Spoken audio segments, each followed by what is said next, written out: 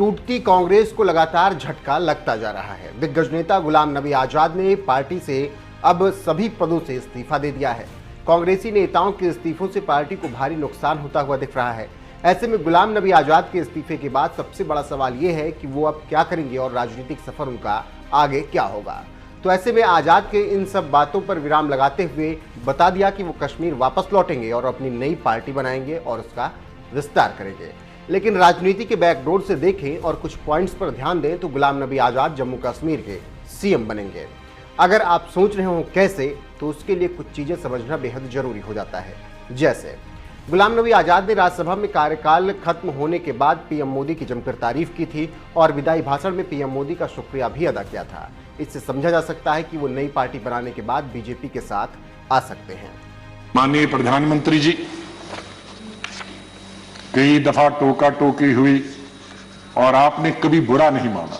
LOP के वक्त में बड़ी बड़ी लंबी स्पीचें आपकी हुई, मेरी हुई, खास करके राष्ट्रपति के अभिभाषण पर। उसमें लंबी तकरीर होती थी, कभी हम कुछ एलओपी की जिम्मेदारी करते थे, लेकिन आपने व्यक्तिगत तौर पर उसे कभी अपने खिलाफ नहीं लिया। हमेशा भी आपने पर्सनल कॉन्टेक्ट्स को और पार्टी की जो जिम्मेदारी है उसको दूर रखा। कभी ईद हो, दिवाली हो, बर्थडे हो, उसमें बराबर आपने कभी भी कमी नहीं की फोन करने की। सबसे पहले या तो मेरे पार्टी प्रेसिडेंट का आता था या आपका आता था। दो आदमियों का तो अनिवार्य, हमारे प्रधानमंत्री और कांग्रेस प्रेसिडेंट मिसेस गांधी। और आपने हमेशा बताया कि कभी अपनी स्टेट के बारे में हो और कोई काम हो तो मुझे आप कभी भी बताना। मुझे याद है जब मैं राज्यसभा इलेक्शन लड़ने गया तो आपने कुछ कहा कि भाई आपको कुछ जरूरत है। मेरे का वो तो लड़ाई है, आपका कैंडिडेट है, मैं कैंडिडेट हूं, उसमें आप कुछ नहीं कर सकते। तो ये एक पर्सनल टच जो होता, आदमी भावुक हो जाता, आदमी सेंटिमेंटल हो जाता, आदमी इमोशनल होता। और मेरे संपर्क तो विपक्ष के साथ आज से नहीं, जब पहली दफा मैं एमओएस बना था तब से लेकर आज तक, क्योंकि हम मिलके ही देश को चला सकते हैं। लड़ाई करके, गालियां देकर नहीं, हम अपनी बात अपने भाषणों के जरिए कर सकते हैं। मैं आपका बहुत धन्यवाद करता हूं। मैं माननीय डिप्टी। ये बात तो गुलाम नबी आजाद की रही जब उन्होंने पीएम मोदी का शुक्रिया अदा किया था, लेकिन पीएम मोदी भी आजाद की तारीफ कर चुके हैं और इसी विदाई भाषण में उन्होंने राज्यसभा में आजाद की विदाई पर बोलते हुए कई बातें कही थी और कई यादें भी उनके साथ शेयर की थी और भावुक भी हो गए थे। इससे ये लगता है कि आने वाले वक्त में बीजेपी के साथ आजाद आ सकते हैं। जब आप मुख्यमंत्री थे, मैं भी एक राज्य का मुख्यमंत्री के नाते काम करता था। हमारी बहुत गहरी निकटता रही उस कालखंड में। शायद ही कोई ऐसी घटना मिल सकती है कि जबकि हम दोनों के बीच में कोई संपर्क सेतु न रहा हो। एक बार गुजरात के यात्री, क्योंकि जम्मू कश्मीर में जाने वाले टूरिस्ट में गुजरात बहुत बड़ा नंबर रहता है,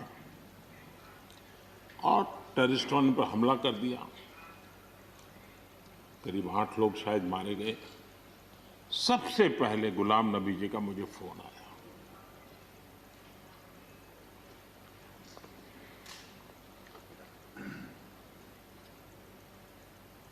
और वो फोन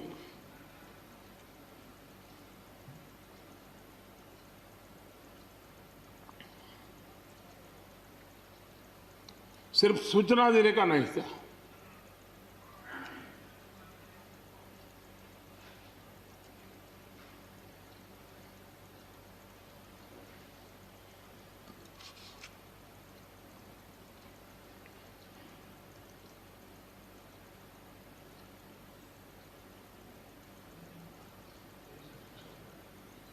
उनके आंसू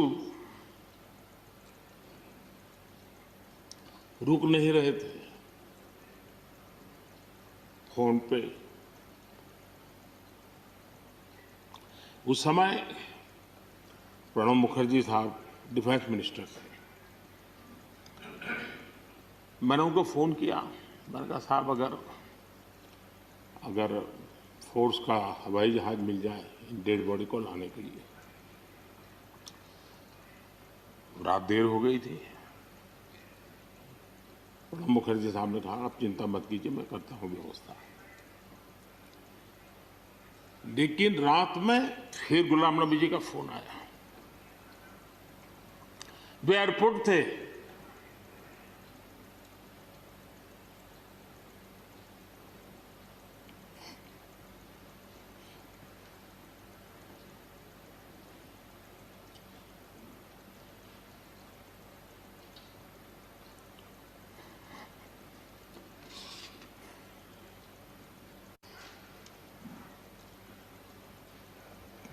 एयरपोर्ट से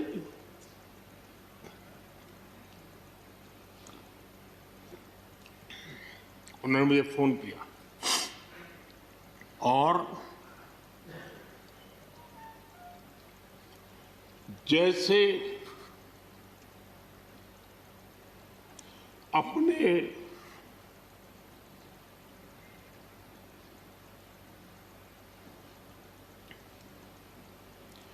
परिवार के सदस्य की चिंता करें,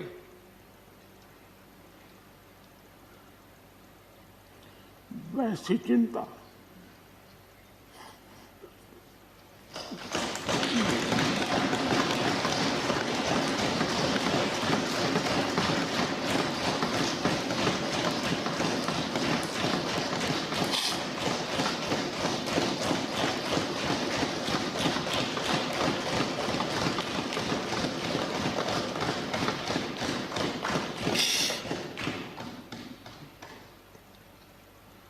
पद, सत्ता जीवन में आती रहती है, लेकिन उसे कैसे पचाना,